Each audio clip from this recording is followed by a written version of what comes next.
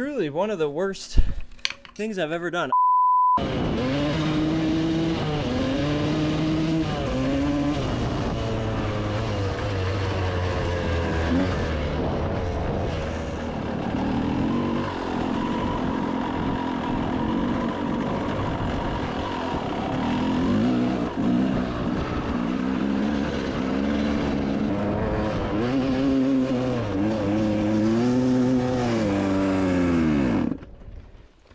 No. Why though? No! Well, this is supposed to be a fun. Oh, look, I changed the dirt bike tire video. And then went and rode it. Now I've got to push this broken bike so far that way.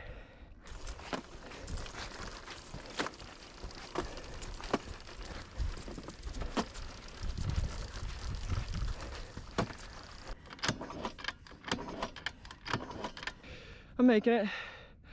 I'd say I'm about maybe halfway. Good thing I came out here super early on a Thursday, so there's no one out. Yippee. All right, here's where it starts really sucking.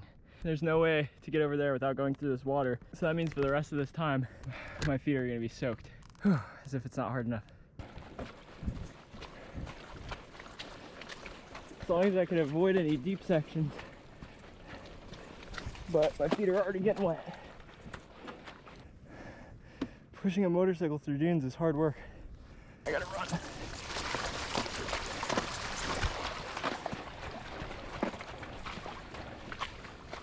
Oh, I can't slow down, it's sinking.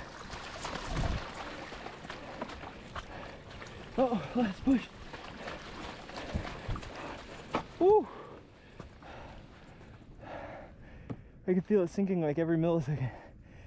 Oh God. It's just past those bushes. Well, I'm back. That was fun while it lasted. It was a lot more fun than my old 4-stroke dirt bike. A guy helped me get it back just through the parking lot and then up onto my truck, but some damage happened. I lost the front number plate and I snapped this in half. But yeah, that was a nightmare. Now I have to take it apart, fix it. All right, back at my house with the old 98 YZ250 that blew up 8 minutes into my ride on the dunes.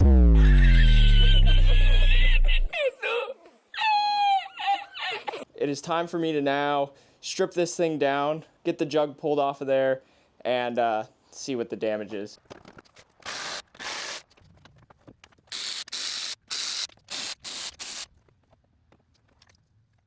All right, on first glance, this head, not looking good. So dings and dents are fine, but these are gouges. As the cylinder heats up, these little edges and protrusions, they heat up. They heat up a lot hotter than the flat surface, and that can cause pre-ignition and pinging, which is not good. Yeah, there's one there. So already looking at this, I'm gonna order a new head. Let's check out the rest of the damage. Oof. I'm no doctor, but it ain't supposed to look like that. Shit. Just completely blew out this side of the piston. So there is a ton of, not scratching, but aluminum transfer on the inside of that cylinder, so that'll have to be addressed. Yeah, all right, I'll go ahead and pop this jug off and we'll take a deeper look at this. You can see now that piston just absolutely cooked right there. And then we'll go over to the jug. Not ideal, but I don't think it's a goner. I don't think I'm gonna have to get a new one. So from what I saw online, you can use muriatic acid, and as long as you keep it on the plating of the sleeve, I think it should be good, as long as I don't get it on the aluminum cast. Ideally, if I could get that aluminum off, the sleeve should still be fine. All right, this stuff's pretty nasty. It's poisonous. You know, it sits here, it's smoking. You don't want to breathe in any of that smoke. All right, so just using the tiniest bit, I'm gonna go ahead and dip a Q-tip, and just try to spread it on that aluminum, and only get it on the aluminum. Being careful not to let it drip anywhere else. All right, so I let it sit for a little while. Now I'm gonna take a little bit of water and a red Scotch-Brite pad and scrape that up and see if any of that comes out of there. So if not, I'm gonna be screwed. Have to buy a whole new jug. All right, I'm gonna go ahead and hit this spot again. Definitely roughing it up with Scotch-Brite first. Oh yeah, it's reacting now. It's instantly fizzling and bubbling. Yeah, that big chunk of aluminum is just sitting there bubbling a lot, which is good. That's what I want to see. Gonna scrape this again. This might take a couple times just letting this sit. So I'm gonna just keep on repeating this process for a while, and we'll see how it comes out. So I forgot to record it, but yeah, after like 2 days of repeating that process, that muriatic acid did end up getting all of that aluminum off. This thing, for an entire 8 minutes of writing, looks pretty bad. It's gonna be brand new by the time it goes back together. I got me a Wiseco piston. Comes in this nice little bag. That's fun. I didn't know that.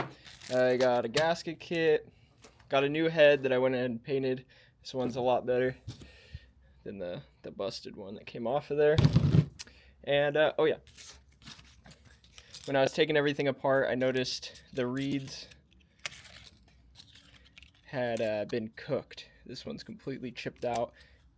Could be part of what was going through that head. So, some vintage looking Boyson power reeds. I think it's funny, on here it says, the best power increase you can get on a dollar per dollar basis, period. So, this thing is going to be cooking. All right. Well, there we have it. It only took a couple of days, just wrenching on it after work, a few hours here, a few hours there. But I got the motor put back together. Kind of pointless to paint the head, but whatever. Still looks good if you are looking at a weird angle. And I got everything completely cleaned up. It was actually really good. I took the bike apart and went through more stuff than just the motor, because I found quite a bit wrong just here and there, little things, and just really touched the bike up as I went, really tuned it up. This, other than the like brand new forks, everything here back was not ideal. Had to drill some stuff out, refit a couple things. There's some big issues with the exhaust actually, and the fitment. And just this oversized gas tank kind of messed some stuff up fitment wise. Replaced some radiator hoses, and cleaned up the swing arms, the suspension underneath. Just cleaned everything up really nicely. I think it came out really good. Looks beautiful. And gonna go ahead and fire it up in the morning. It is now past 10 o'clock, so I don't want to wake the neighbors with this thing. But gonna fire it up in the morning, and then next video, hopefully take it back to the dunes for redemption. Here's a little time lapse of me kicking the bike for over 10 minutes. In my head, obviously thinking I did something wrong. I bought the wrong size piston.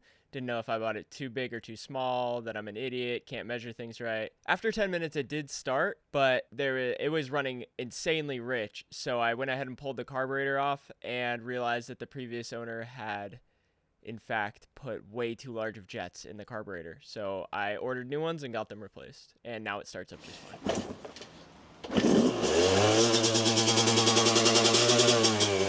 There we go. I was getting worried for a second.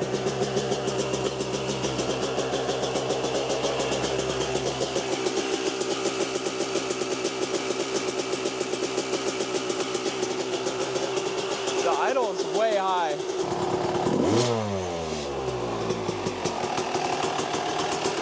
Yeah, it's smoking. Next time you see me, I'll be ripping this thing on the dunes. Goodbye.